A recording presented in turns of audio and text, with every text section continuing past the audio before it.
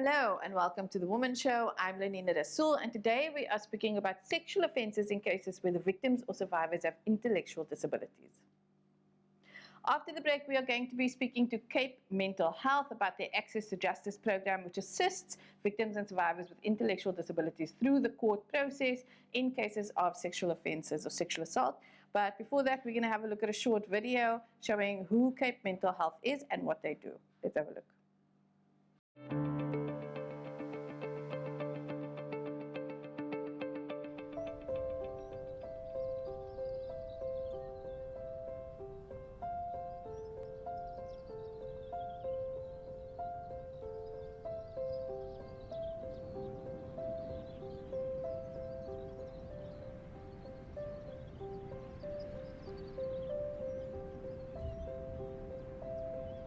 Cape Mental Health is the oldest community-based mental health organization in South Africa. We've been around for 108 years, and we were started by a group of volunteers who were very concerned about the plight of women with intellectual disabilities who were being abused on the streets of Cape Town. I'm Dr. Ingrid Daniels, and I'm the Chief Executive Officer at Cape Mental Health. We live in the beautiful city of Cape Town. It's one of the most beautiful cities with the mountain that guides our coming and going. But it's also a city with its shadows. And it's in those shadows that we prefer to work. I call it the shadows of Table Mountain, where we have very dire communities. Communities who were dislocated and relocated because of our very sad past history, which saw groups of families and people being moved out and away from city areas. And so we have these very troubled communities with very high crime rates, very high gang warfare, very high poverty levels. Communities that need a lot of support. Communities that should never be left behind, communities who should actually be prioritized, because within those communities are the people that I believe are the next generation to take my province and my country forward. It's in those shadows that we want to give hope. It's within those shadows of Table Mountain that we want to say that everyone has rights, equal citizens, equal rights, equal access, and mental health for all.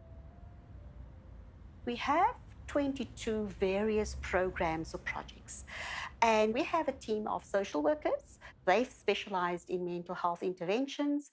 And these social workers also go out into the communities and they provide direct counseling services and interventions to people with intellectual disability, mental disorders, as well as people who are just needing mental health support. Then, more specifically, we have a program called the Sexual Abuse Victim Empowerment Program. It's an Access to Justice program. Prior to this program, children and adults, sadly, with intellectual disability were sexually abused. These cases seldom went to court because the victims were often regarded as witness unreliable, and we challenged that. We started in 1913 with this as, a concern, and years later, we are still dealing with this. We want to leave no one behind in our quest to ensure that everyone, everywhere, has access to mental health care. Irrespective of who you are or where you live or what your religious background is, it's not relevant. What is relevant is that we can provide the mental health support.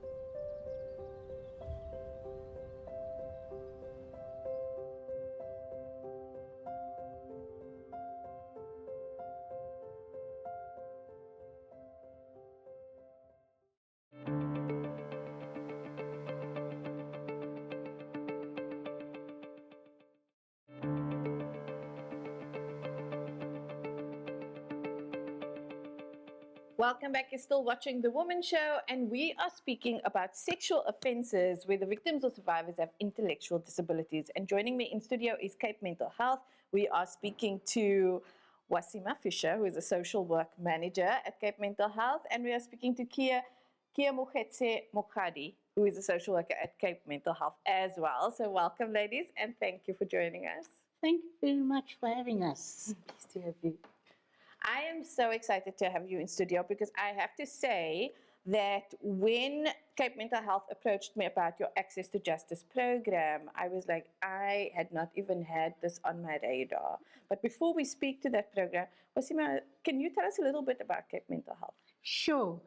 Well, Cape Mental Health is the oldest mental health society in South Africa. We started in 1913, and we are the founding member of the Federation, South African Federation of Mental Health.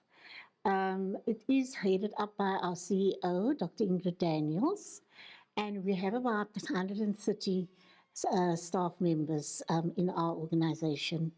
We've got about 17 projects, which include social work services, our special care centers, TW, which is a program for adults with intellectual disability to work in a protective environment.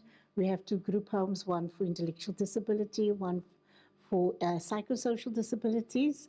And then we have Fountain House, which is 2 fountain houses, one in Observatory and one in Mitchell's Plain.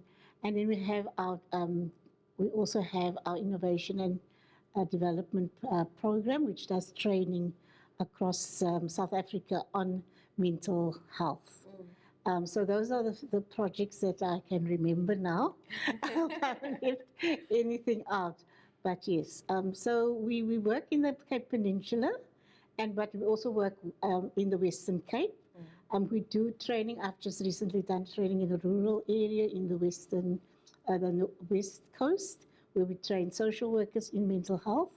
And we do various other outreach programs. But the program that, of course, that we have in focus is the Access to Justice program. Yes. And that program is also a bit broader than our other services that we have here in the peninsula. So our Access to Justice program is really very unique. It's an award-winning program, and I think Kia will be able to tell you much more about that, if that's okay. So Kia, you are the Access to Justice manager, and actually, but before we actually go into that, Wasima, I do want to ask, I want us to define, before we go into what Access to Justice does, define intellectual disability within the context of what we're speaking about today, because mental health is so broad. It's very, right? very broad, yeah.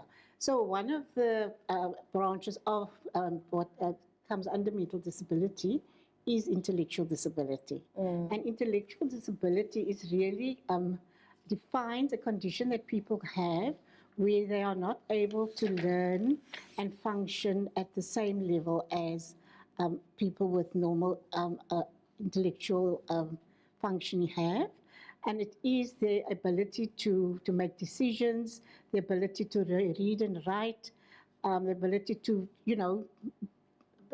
socially engage with the world is not up to the level which it's supposed to be.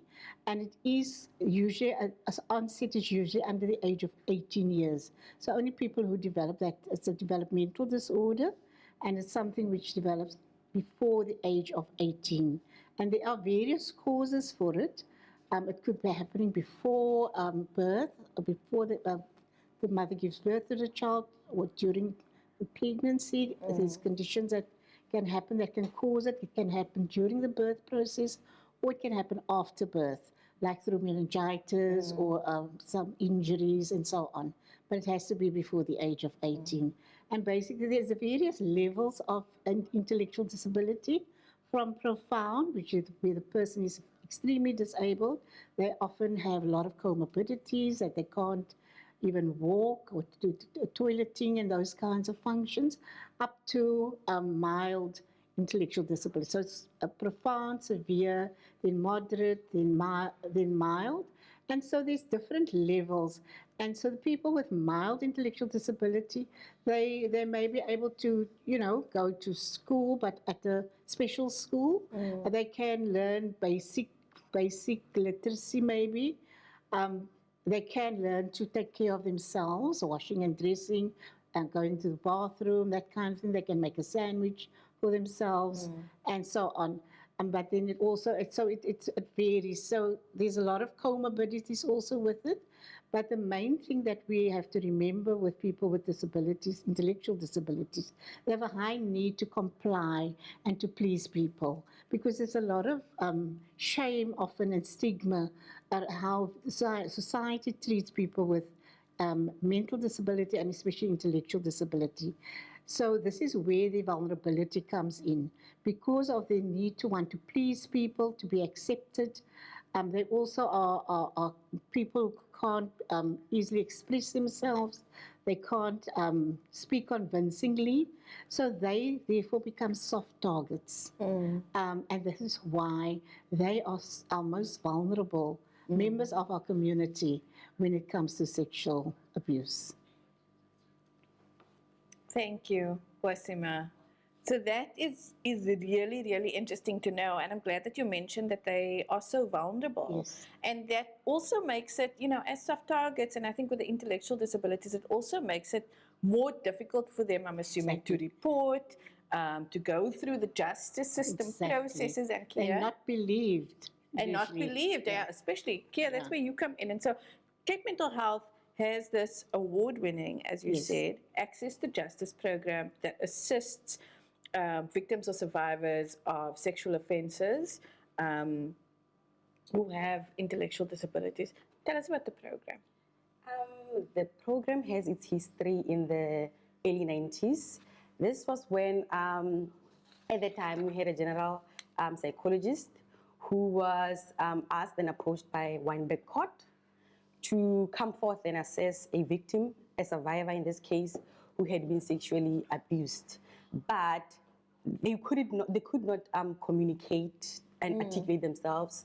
So, but there was suspicion that, actually this has happened to them. So we'd like you to do the assessment for us, Cape Mental Health, and see how the whole case unfolds. And this is when the program was born. Initially to that, we had done just general assessments and like psychological work, and not necessarily specialize in providing assessments for persons with intellectual disability. And this also had its footprints in the establishment of the Sexual Offences Court at Weinberg Court at the time. And this was also to conscientize and bring the necessary attention to the need to have a specialized and set separate courtroom where these victims of sexual offences can have their stories relayed and heard and consultation done. So since then, Cape Mental Health has gone to now envelope and pay attention to the program and have it set aside. And now we have grown to have more psychologists who are doing this work, who specifically do the work for court purposes only. And to assist the case, actually go to court and go through the necessary processes. So a victim has to have intellectual disability, or this is because when they have already previously been diagnosed, or they come to us for the diagnosis itself because they have never been assessed before, because of lack of knowledge. Sometimes in the communities this is rarely spoken about. And that's basically what the Access to Justice does, and to make sure that these people are heard and they are afforded the necessary services that are due to them, which is their utmost and ultimate constitutional right. So this is basically what the project does. And we have a supporting structure, which is our social work department, who prepare these victims of sexual offences, to prepare them for the actual assessment before they see the psychologist, to make sure that they understand why these questions need to be answered, and to tell the story to the psychologist. What is the psychologist going to do with the information, and what is the report? How does the report help them? So it's basically what that happens, because with a person with intellectual disability, you have to be very simple. You have to simplify the information and the processes, because they don't always understand. They may have told their story a couple of times to different people, and they don't understand why I still have to tell the story now to you, and I still have to tell it to the psychologist, who is the prosecutor, who's on my side. And you prepare them that even after you've spoken, you've come forth and told your story, there is a likelihood of this case not proceeding, but because you've come forward and told your story, this is beneficial because you have instilled hope in someone else. You are going to ignite other people to actually take this stand and come forward and tell their story, and hopefully the perpetrator won't do this again. Because I mean, it went to court, and they were actually made aware that this is not right, and you can't take advantage of this person. And oftentimes, these are people who have the necessary knowledge about this person and their vulnerabilities. They know that this person cannot speak. Their communication skills are quite flat. They can't express themselves. They won't be able to tell what happened to them, or they won't be believed because their own immediate family members don't treat them like adults, because sometimes they are old people, but we treat them. The family has a tendency of treating them like children, or maybe believe that they are asexual. How do you know about sex? You can't tell me that this happened to you. Who told you this? Because no one takes the necessary steps to teach them that there's inappropriate touches. When someone does this to you, it's not right. You're not supposed to you're not supposed to be touched here or touched there, because they are often dependent on someone else. So they cannot make a distinction between a safe and an unsafe touch, because sometimes they need to be bathed, they need to be dressed, they need to be clothed, they need to be all these basic and spaces where they are vulnerable, right? Yeah. Or spaces where they are naked, or spaces where they need the So toilet. You can't always tell, because maybe that's where they're being bathed. You have to watch them on that part, but they won't tell if someone else, that they will think, okay, it's that time of I need to be bathed. Not necessarily because someone else is taking advantage of me. They're trying to be self-pleasing for their own sexual sexual pleasures. So that's basically what the project does. It just makes sure that these cases go to court, and there is persecution, and people are actually convicted for the crime, because they might have known that this person has this vulnerability, taken advantage of them because they knew that they will probably get away with it. Wow. Yeah, that's amazing. Like, that was a lot. Like, one, I just want to pull out that even if the process doesn't end in a conviction, it becomes a deterrent, right? Because they're doing it thinking that they'll get away with it. So that's really amazing. And that, I think, is a motivation. We spoke a lot about what we would like the audiences to take away from the show and sharing this information. And one of those things is it's important to report this so that it can stop, and so that they don't just get away with it and continue. And so thank you for sharing that. You're also making me think, sorry, if I may say, when you talk about like spaces where they are vulnerable, and I'm thinking about that really big case. I don't know if many people have heard about it, but in the States there was a U.S. Olympic gymnast doctor. It was a doctor who worked with the gymnasts. And he used his examination room, sometimes with parents in the room, to sexually assault the young girls. And he would just keep saying to them, this is part of the procedure. And so it's really, I'm finding it really inspirational and important that you are doing training around it. I hadn't even thought of like what they call a good touch, bad touch training, right? Which we do with children, but we don't really think about it in that context. Wasima, did you want to add something? No, just to say that there's also the whole thing around the obligation to report, which is very important, which is in the Sexual Offences Act. And people often don't realize this. Social workers, teachers, nurses, when they come across a child with intellectual disability, the Sexual Offences Act requires them to report it, even though they're just suspecting it. And this may not necessarily be, they don't have to feel bad that they don't have actual proof. That proof comes from the investigation. And you cannot be prosecuted, or, the person that you're reporting cannot take you to court if you report that that person had perhaps, you suspect that that person had sexually assaulted or abused a person with intellectual disability. So the Sexual Offences Act requires you to report it, and you are protected also.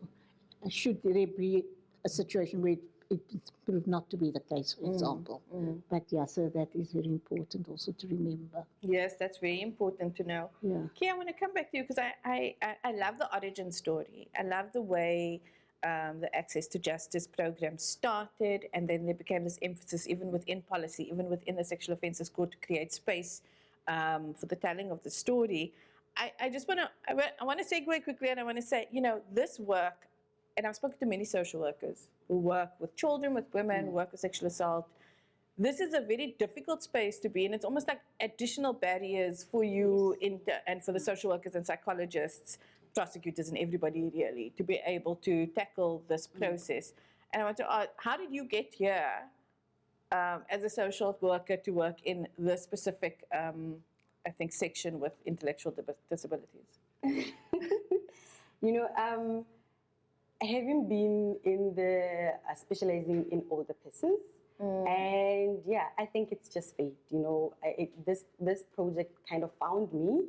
I can't really tell you exactly how the steps and the clear distinction of how I came here, but I'm very pleased to have been part of this program because I had never heard about it before, and because of its uniqueness and because of the sensitivity also of dealing with persons with intellectual disability who are mostly marginalized and the most vulnerable. So we try by all means to also protect them. You know, we don't want to expose them to secondary victimization. We try by all means to contain them and just preserve their functioning, you know, and ensure that their dignity is not at any point now subjected to further, you know, just further Victimization. It's victimization, Yes, you know, or even just subjugation, dismissal, yeah, or dismissal, like, or- you know. yeah.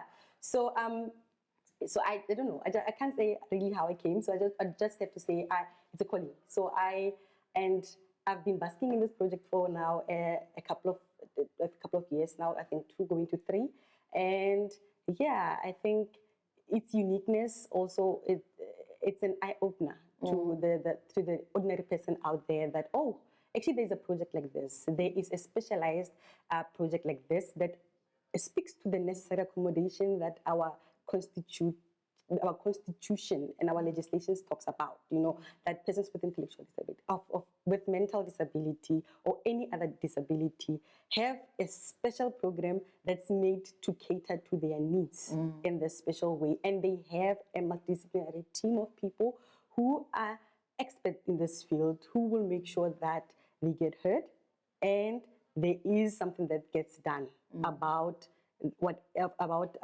their rights being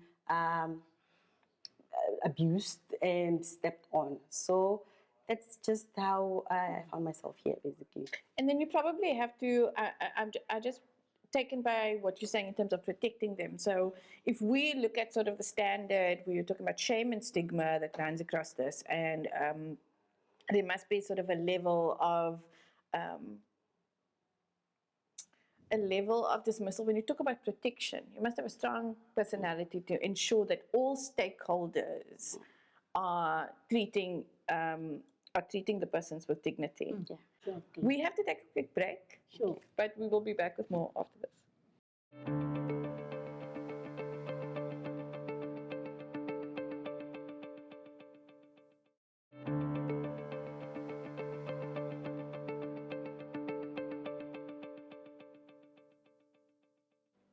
Welcome back. You're still watching The Womxn Show, and we are having a really intense conversation about sexual offences where the victims or survivors have intellectual disabilities. And still with me in studio is Cape Mental Health. We are speaking to Wasima Fisher, who is the social work manager at Cape Mental Health, and Keamogetse Mokgadi, who is the manager of the Access to Justice program and a social worker. And so, ladies, before the break, we were speaking about how persons with intellectual disabilities often are, Wasima, you call it soft targets. They're very vulnerable, depending on where on the spectrum the disability is, particularly, for instance, if they are nonverbal, or if they need assistance with things like the bathroom, toilet, and so forth.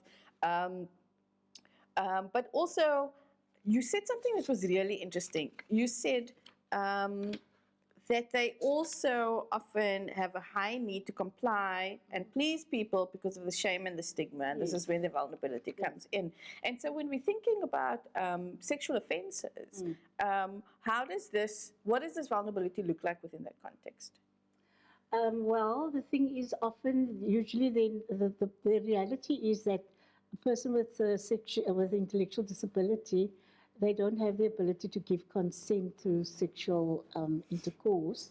And this is where the Sexual Offences Act then comes into play. And then that is also what the psychologists would assess also and look at and report on. So they would have to assess the person's intellectual disability and give the court the evidence that the person has an intellectual disability, because then by that, the person also has a compromised ability to give informed consent to sexual intercourse because of the lack of understanding and intellectual understanding. And that is where the vulnerability then also comes in terms of the ability to give consent. And then that is also what the psychologist looks at, and also the ability to give evidence, which is the other issue that comes into play, which the court then also needs to take into account. Can this person give evidence in court? So can I ask then, so in that matter, when we speak about consent, and Kia, outside of this conversation, I think when we spoke before the show, you had said something about sometimes they will say, but the person did it willingly.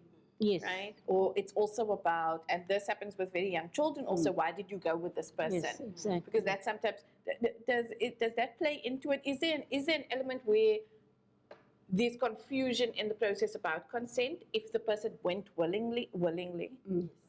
Yes, there is some, I can say, disparity there, because, sometimes it's because of self-esteem issues. They have very low self-esteem. Persons with intellectual disability have very low self-esteem, and sometimes they are people pleasers, and they cannot.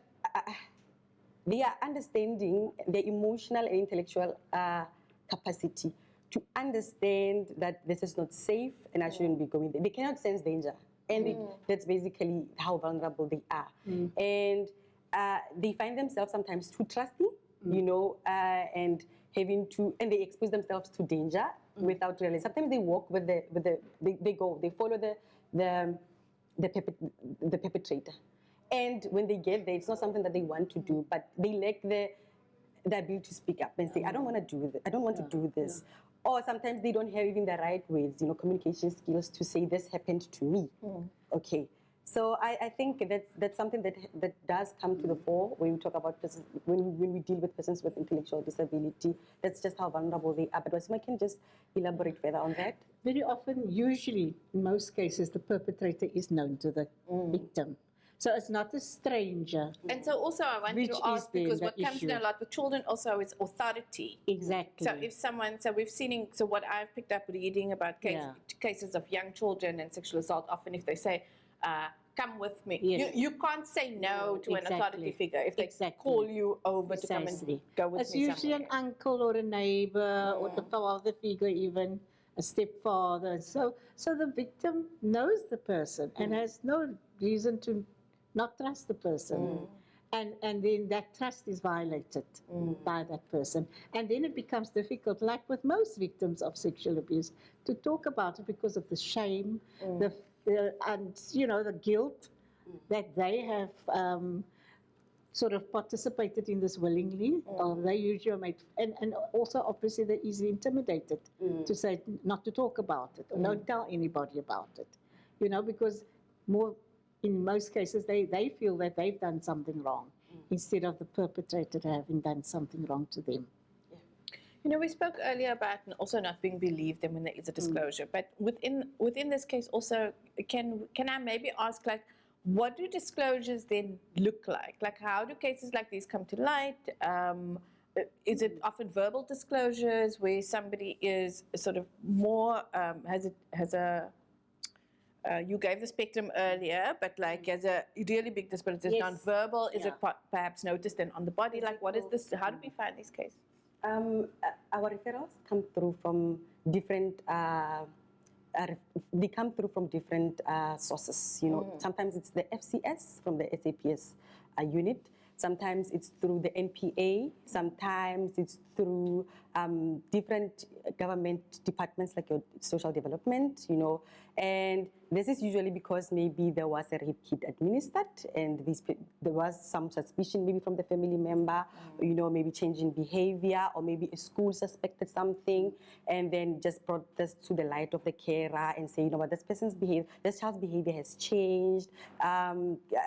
Is everything okay at home? Because there are, you know, a lot of sexual issues that come to play also sometimes. You know, they can bring attention to the possibility of now and shading that there is something like this, there's sexual abuse that's happening in the home or maybe in the community, you know, and sometimes it's threats, you know, fear of the neighbor, sometimes or fear of someone that they have been fond of, or maybe not wanting to do something that they used to like to do that could maybe shed light. But usually that's how our referrals come through, and we screen them for any indication. You know, we check for a history of maybe them attending school. Sometimes, you know, like I said, there isn't that history that they were diagnosed. Maybe the family knows that there's something wrong. We suspect. They're not sure if maybe there's a child has intellectual disability or a family member has. They've grown now. They're not sure. They don't know. They've never done anything. They've never assessed. They've never taken them for assessment. But they know they've always been slow, you know, and they didn't quite understand. Even consumption of education, they weren't really very bright at school, and maybe they dropped out. So those are some of the indications that would be indicated in the referral by whoever the referrer is. You know, that obligation to report. So there's a formal referral form that's accessible, and you complete all that information. But referrals that come through to Cape Mental Health, there must be a criminal case opened. You know, there must be a charge laid, and there must be an accused identified. Because remember, the work that we do in terms of our psychologists is for court process, to assist the court, so that they have the necessary tools to actually go forward and give this case a specialized attention, you know. And yeah, that's basically what we do. And we you know, and the most dependable thing about our project is none of our persons with intellectual disability who come to access to justice services come alone. They have to be supported. Remember, I indicated in the previous conversation that they depend on someone else to care for them for their basic daily activities. So they are accompanied by someone who provides daily supervision and attention to them. So this person is able to provide during the assessment process. This is where the psychologist now will ask for take history, you know, like there will be a collateral source, basically this person. So before we speak about that, sorry, Kay, I just like jumped in there because you speaking. I did want to ask sort of in a more like what that process looks like, but I wanted us to just like, so I'm approaching. I've laid a case, and now I get a hold of Cape Mental Health, and I've been assigned a social worker to like take me through that process. I did, you know, before we ended, what does this process look like, just to demystify it for anyone out there who's like not knowing what to expect or possibly afraid to come forward? Yeah. Like I said, there is a referral you have to complete. Yeah. Sometimes it could be tele-referral. You can make a call to Cape Mental Health. Okay. And that's when an info call will be taken by our social workers, who will now offer you the necessary confidentiality that you need. Because even our reception area, they're very aware. They know when a case has these details. It's very sensitive. It needs to be treated sensitively and must be referred to the necessary person for screening and getting all the information that's needed. Sometimes you complete the referral on behalf of the referrer. Sometimes the referrer can access, because like I told you, all the parties that we work with, the role players, they have the referral readily accessible to them. So that's when the referral gets completed. And then I'll make a call and follow up and find out if there's any information that's missing, because remember, the referral gives the psychologist an idea of who she's dealing with. Can they communicate? If they can communicate, what are the services that they can provide in terms of giving them the necessary support? That's also where our social workers play a very vital role, because they see the referred person before they actually see the psychologist. That's when they see them. That's the way the first initial contact is made. That's between 2 to 3 weeks contact after referral. We do the earliest. We do it the earliest so that we can, so it doesn't become a cold case. Because we give all our cases the necessary attention and respond immediately to them. We try by almost to respond immediately. That's when you will know you get feedback. And usually when the referral comes to me, you get the feedback immediately on the day that this is your day of the scheduled appointment. This is when you're going to see the psychologist. But before then, our social worker will walk you through the walk and tell you what to expect. What is the psychologist going to do with you? What is it going to look like? And then after that, the psychologist sees you. What are they assessing the person with intellectual disability for? Firstly, to gauge their ability to consent. They have to be a competent witness, right? They have to be able to tell their story. Are they in that position to be able to do that? They check their adaptive functioning. This is where they check if their understanding of money, their understanding of basic taking care of yourself, just feeding yourself, all those things. And also the history will tell, maybe from birth, was there a fall, was there something that could have resulted in this maybe disability or whatever, what could have been the case, that's the information that's been found. And also, we check, the psychologist will check if their understanding of sexual matters. Do they understand what sex is? Have they had prior education about sex, or they don't know anything? This is the conversation that's not had with them. Do they understand that you have to use protection, there's contraception, there's all these things? Because we cannot overlook the fact that they have feelings and they have the right to relationships. And sometimes, just like we said, they cannot make a distinction between a bad and a good touch. Sometimes the touch they like, they like the touch because, they have feelings. They are a human being. They're made of, they can feel feelings. And this is where also this is further assessed by the psychologist. And also the impact of the actual sexual offense on their emotional functioning. And the IQ test is also administered. The psychologist will check their emotional intelligence and understanding of what happened to them, or if they know that whatever it is that happened to them was wrong. It could be fondling, it could be touching, it could be whatever.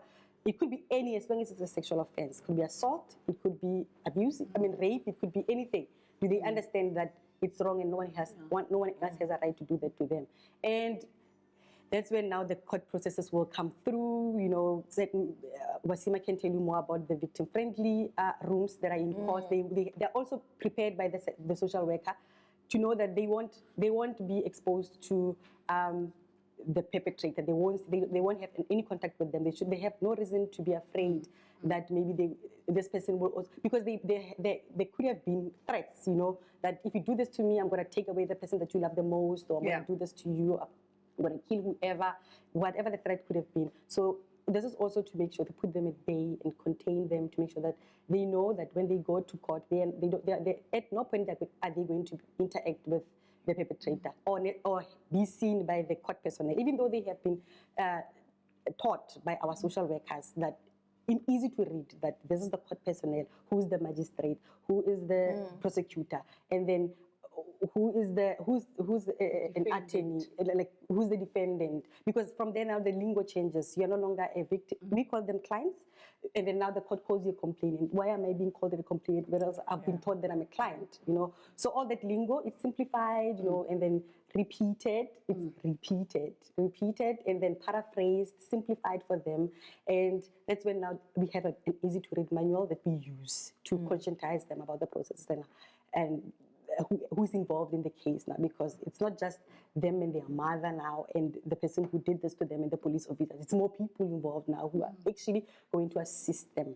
So that's how the process actually goes. And then the courts that have these victim-friendly rooms are your Wynberg and your Paro, and this is where consultations happen. NPA has victim support stationed there to afford them the necessary. This is not to help them, to coach them. No, it's just to support them to be more free and be comfortable to go through the consultation. This is also where even if the psychologist does recommend that they can testify, but through the services of an intermediary, maybe they're a competent witness. They've made the determination. But the prosecutor experiences them differently during the consultation, and now goes back to us and says, but your report said this. However, during the process, this is what we picked up. This person broke down, they didn't want to continue. That's the clear indication that even though the psychologist did prepare them and recommend that this person can actually testify through the use of an intermediary, however, there are these barriers and they can harm the case. So now that's when they will be subpoenaed. And then our psychologist will be the expert witness there. They will read the report, advise the court that, okay, this person has these vulnerabilities, and for that, they cannot consent to sexual intercourse. And their understanding of sexual matters is very scanty, it's very blurred. They can't, even though they could be 34 at the time, you know, or even over 18, like adulting age. Because remember, their chronological age is not as... Their physical age, parallel to their biological age. But Wasima can maybe expatiate. I don't know if I've left anything in terms of the process. So, yeah, that's what... I mean, that was really good. That was, it also just shows like the amount of work that sort of goes into it. But I think just, I wanted to ask, like, one of the things that also came up when we met prior to the show was that, look, our conviction rate anyway, our conviction and prosecution rate is very, very low in South Africa, actually across the world when we look at sexual assault. But it was sort of said that often it is not just the opportunity to be heard contributes to the healing process for the victim, and so that is why it's also important. Yes, absolutely. You know, that the fact that the victim at least had a day in court and was able, but that is also where our social workers also have to support our victim a lot in preparing them for the court, and also preparing them to know that, you know, there's many reasons why, well, you know, when there's outcomes to court cases, it's not necessarily because you weren't believed or, you know, there are other factors as well. And I must say that, you know, our defendants also have their rights and so on. So the psychologist, when the psychologist goes on the stand, the defendant's lawyer interrogates that psychologist quite rigorously as well. So our psychologists have to also be quite robust and quite well prepared. And these cases often can take very long before they come to court. So years even, right? It's just years even, years. It could be 5 years even. So the psychologist may be called on a case which she assessed 5 years ago. And is now only going to report on that particular case. And the lawyers of that defendant obviously is going to try and tear that evidence apart as much as possible, because that's their job, to try and obviously free that defendant of the charge. Then there is also the intermediary, like Kia mentioned, with our victim. The victim is in a special section in the court where they are not seen by the people in the court. The victim can see what's happening in the court, but they don't see so that the victim is protected, and there's an intermediary. Our social worker will accompany the victim to the court, but they don't sit in the room with the victim. The intermediary, that is now with the NPA, they will sit with the victim, and they will just basically maybe just simplify the questions that the defense attorney may put to the victim, and to explain what the question is, to help them answer that question in a simplified way. Wasima, Kia, we need to take a short break, but we will be back with more after this.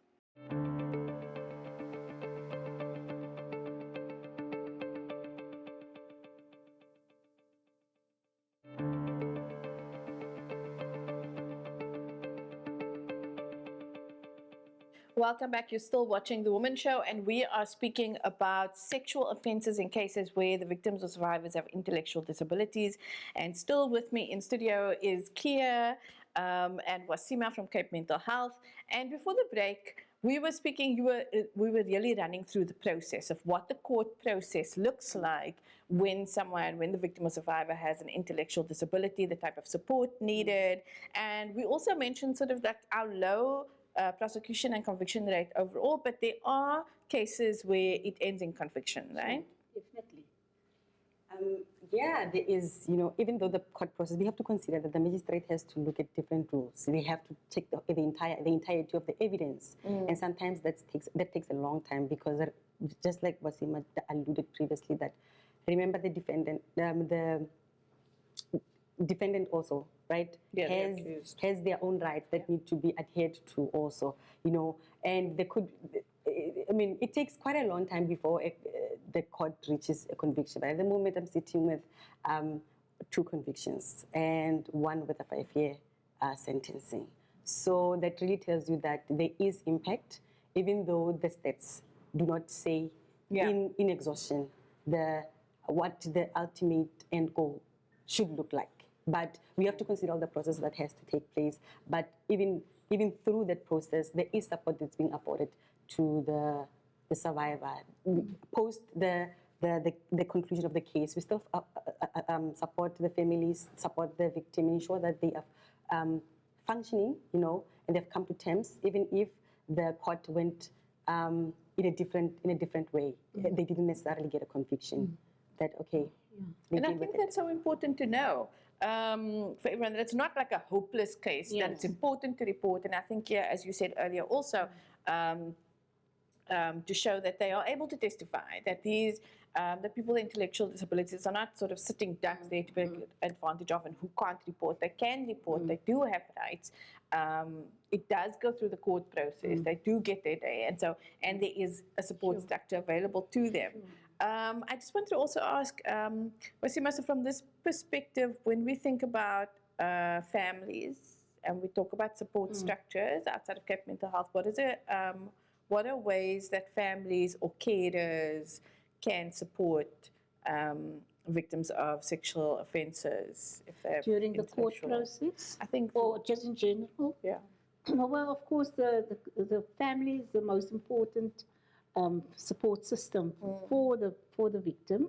But before the person becomes a victim, to be very vigilant and protective of the person, but also educate the person around good touches and bad touches, and what is appropriate, how to try and keep themselves safe as far as possible, and also to always be mindful to inform the person that they will be believed, that so that they can also form a trusting relationship with the family, when they can talk to the family about what has happened to them, so that they are believed should anything bad happen to them. It's very important that the person is believed, and also then throughout if there has been this kind of process where they are going through a court case, also to support the person. Very often it's very difficult, and it is someone in the family who is the perpetrator. That becomes very complicated at times, because sometimes the person lives in the house, and we've had cases where obviously the person is remanded in custody, but then that person also has rights to be out on bail, and then that becomes a complication, because where does that person then go? And very often we've heard that the person is not allowed to, for example, go back to the home where the victim lives, but they often still then do transgress those conditions, those bail conditions, and it becomes very difficult. So our social worker often has to be involved in that, to make sure that the perpetrator doesn't violate their bail conditions, to liaise with the FCS officers, the investigating officer, to inform him or her that this is being done, or there's a risk, that the client is at risk. So there's a number of ways in which the victim has to be protected and supported by the family, as well as, and the social worker has to educate very often the family about how to support the victim. Yeah, and so it's a very broad job. It is. Okay, I want to ask, so two quick things before we go. One, we are doing this show now. More people hopefully will be aware of this program. Even if they haven't been referred to, can they, if they're in the middle of a process, can they contact Cape Mental Health for support? And then how do people get hold of Cape Mental Health and the Access to Justice program? Yes, people can access our services. They're free, and our we are contactable. Our details, Cape Mental Health details on the website, and yeah, our cell phone, our landline, and our email addresses are there on our website, readily accessible, and so that's basically it in terms of the access to justice. And it's part of social work department, so they are also contactable in the same numbers. So our numbers are cross-used basically for all departments. You just have to indicate what department you're looking for or what your case is. So it will be directed to the necessary person to assist you. Do you also get referrals from DS, from the Department of Social Development and so forth? Yes. Does it go through there? Yes. And then the last question was going to be, so when somebody finds themselves in a situation where they suspect that something has happened, just if we can end off with that, who does one report to? Is it the same? Can it be police station? Can they call DSD? Can they come to Cape Mental Health directly? Is it the Tizela Center? Like, someone finds himself in a situation, what do they do? SAPS, because they investigate. Okay. So we have to adhere to their internal referral procedures. So they will, SAPS will deal with everything until it reaches the FCS. So you go to your nearest police station, they will refer it to their specialized unit, which is the FCS. That will follow all the... And then they will send it to Tizela Center for all the evidence, and then the FCS will bring it to us. Okay, so that is very good to know. In terms of process, your first port of call is the SAP, South African Police Service. Go to the police station, and from there the referrals will go out. I want to thank both of you very, very much for coming onto the show and speaking about this really important topic. Thank you very much, and thank you very much for having us. Yes, we're pleased to have been part of this show. Thank you. And that is all that we have for today. Please take note, share the information with everybody that you know, and thank you for joining us. I'm Lenina Rassool. Goodbye.